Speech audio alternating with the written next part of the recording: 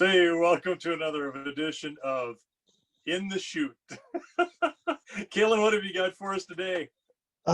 Doing things fast. So round 17. What are we gonna do when we're doing things fast? So I noticed growing up, everything was quick. Everything was fast, getting it done because either we had sports on Friday, sports on Saturday for wrestling, then we had Saturday or just Sunday to get things knocked out, then go back to school, go back to work. Now you're retired and you've got all the time in the world. Uh, I'm gonna say you do. And I was thinking your pace may have shifted a little bit physically, but I know mentally it's still going 100 miles an hour. And we talk about this constantly. What do you think are some things about both sides of the spectrum, going a million miles an hour physically and still thinking 100 miles an hour, and then doing it the same, going slower but still thinking the same pace? That's really interesting because we're your mom and Braden and I were talking about this last night about There you go. stress levels and Uh-huh. what you do and the things you don't realize you're doing Yeah. because you're under stress or anxiety to perform. And you'll do things. People develop tics, and it depends on what happens. I know the end of my career in the corporate world, uh, the place was being run very, very poorly, and a lot of safety issues. We were shutting down all the time, and I was You're didn't talking about your realize corporate job.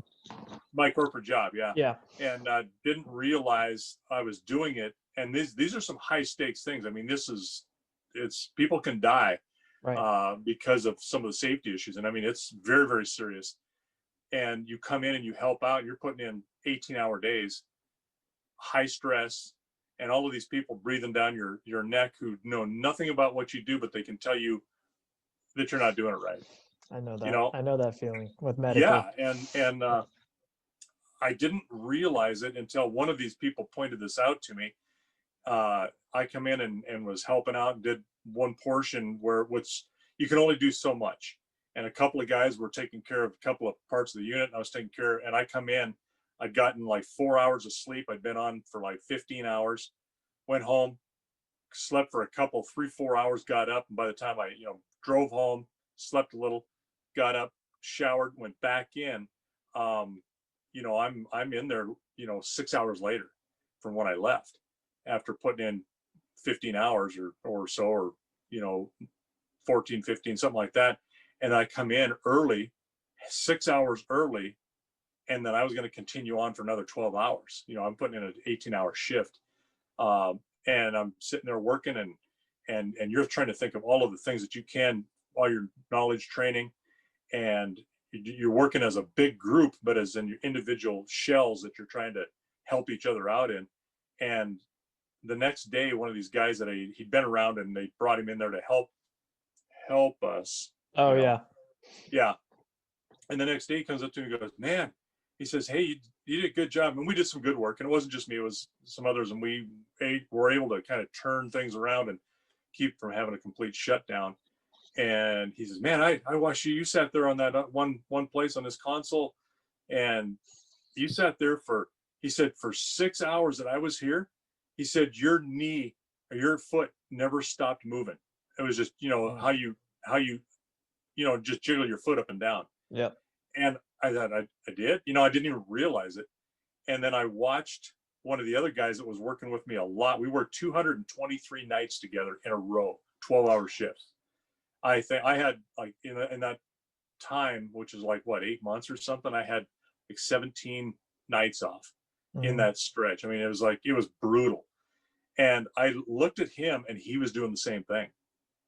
And you just, so your mind is going, your body's kind of following that. But now I'm you do that for so many years, and it wasn't just that. It's like, okay, we've only got so much time to get some ranch work done here in Yep. between this nasty thing we call a job, that helps support this and and everything else, and then your guys' schedule. And now the schedule is not where I have to be somewhere at a certain hour. I mean, there's certainly times that come up like that, but my mindset is such that I am still thinking that I got to get everything done and pack in as much time as I possibly can right now. And when I knock off early, it's like 4 in the afternoon. It's, Right. it's like knocking off early. It's like, well, yeah, it's early to me, but because we just keep going. As long as you got time to go, you better do what you can in that amount of time. So Right. there really isn't much downtime. Now there is, but I have anxiety and this thoughtful, constantly nagging, I should be doing more. I should be doing more. I should be doing more. What do I got to do? What do I need to do? And sometimes I'm starting to get things caught up a little bit, which is nice. And Hmm. it's like, but then I'm wandering around. If you've ever been in college, and a lot of people have, and they've had this feeling of they have busted hard through a semester, or when I was in school, it was quarters, you know, and you're hitting something really hard and you're studying every night, and you get done with it at the end of the semester, you take that final and you got a week off between semesters, and you're like wandering around lost. Oh What yeah. do I got to do? That feeling. And it's like that all the time. It's weird. I'm trying to get used to it, but it's difficult. But then something comes up and I see something needs to be done. It's like, okay, but you don't get it just done in a day. Yeah. I have a hard time managing time, and it isn't that I'm managing time in order to make things happen and get it done. I'm now managing time where I've got time, and it's hard to modulate that, and to Yep. not think I got to pack 4 hours worth of work into an hour and a half or an hour, because Yeah. we did spent years, decades doing that. That's something too. I've found I've had to find ways to get through it because I know I start going down really weird mental spirals if I don't because like my whole life for the last 4 years has been we're about to do this training exercise and you're going 100 miles an hour to get ready for it and then you execute and then when you're done you're like now what do we do?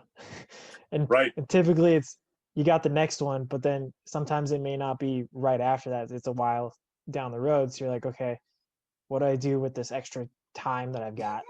Yeah. And Right. then same thing coming back from Afghanistan. Like you're living a life where uh everything you do is so structured.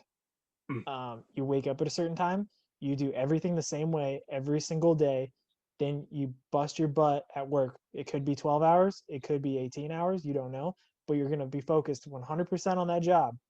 And Right. then as soon as you get done, you go back and you either do what you normally do at night before you go to bed, or you just go to bed and you get what rest you can, and then you start over the next day. And Yeah. it's like Groundhog Day every single day.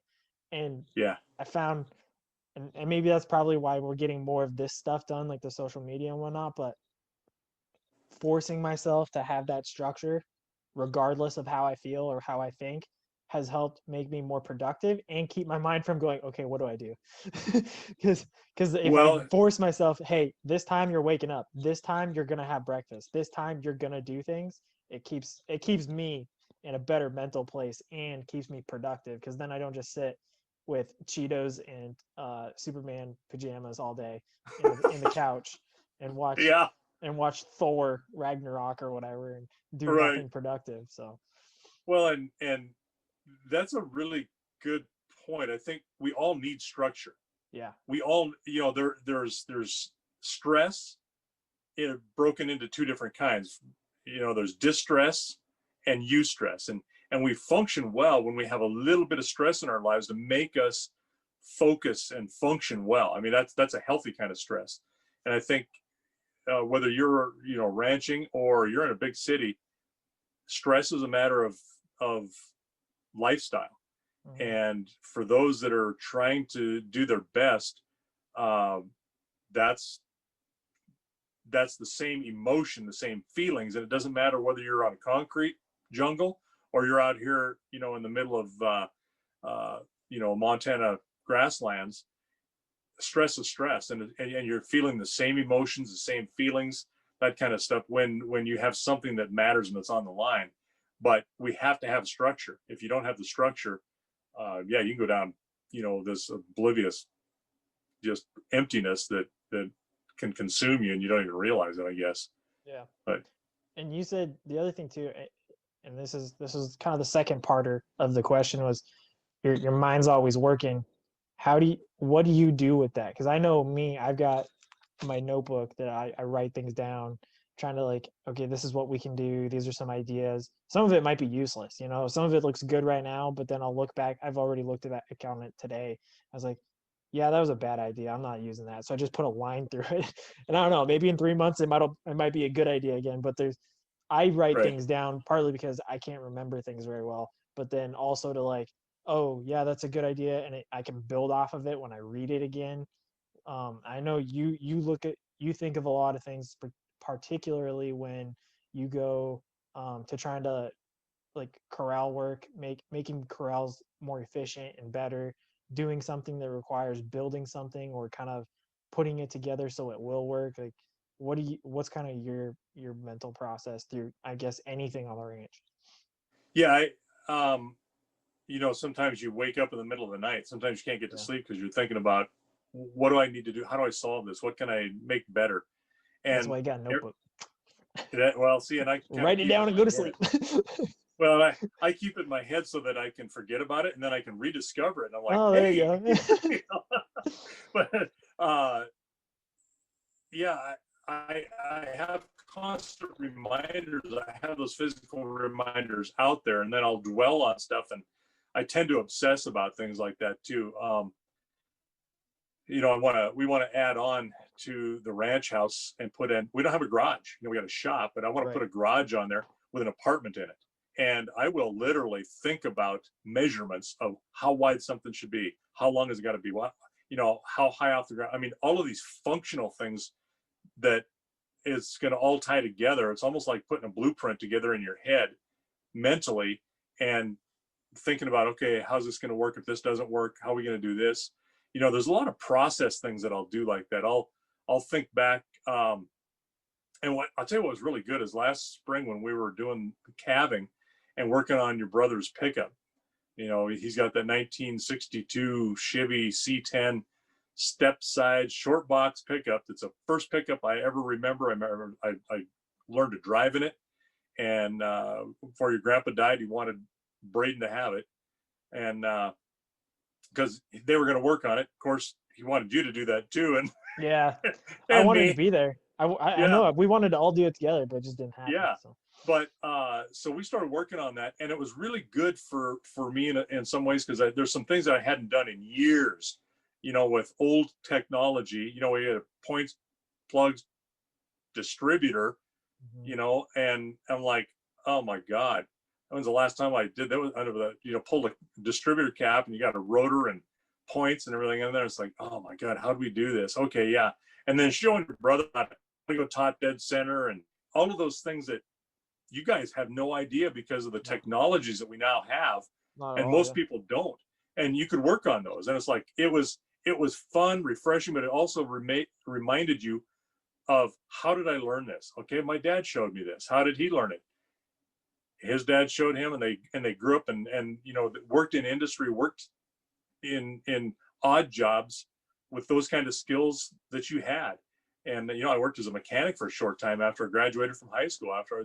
After I seismographed in the oil fields, or exploration of oil, and that having some of those skills was really good for me because I was able to feed myself, with some skills that come off of a ranch.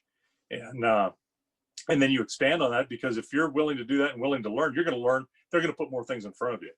And so um, mentally going back and going through all of that stuff, and you think about some of the things you've done, some of the things I need to do, some of the, it just a lot of process things that I'll do in my head that are like, okay, how do we go about doing this from step one to step whatever it is?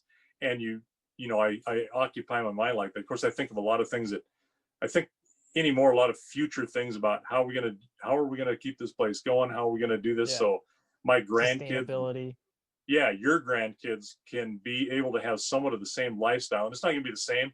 You're foolish to think it is because of the way things change. I mean, Right. um, it is, and part of me it breaks my heart. The other part is like, I hope we can make it happen. Yeah. Because I would love nothing more than to be able to give you and your brother the lifestyle I had growing up. And I told my dad that. I told your grandpa that I felt like I failed you guys because I wasn't able to provide exactly the same kind of upbringing and do the exact same things that I had.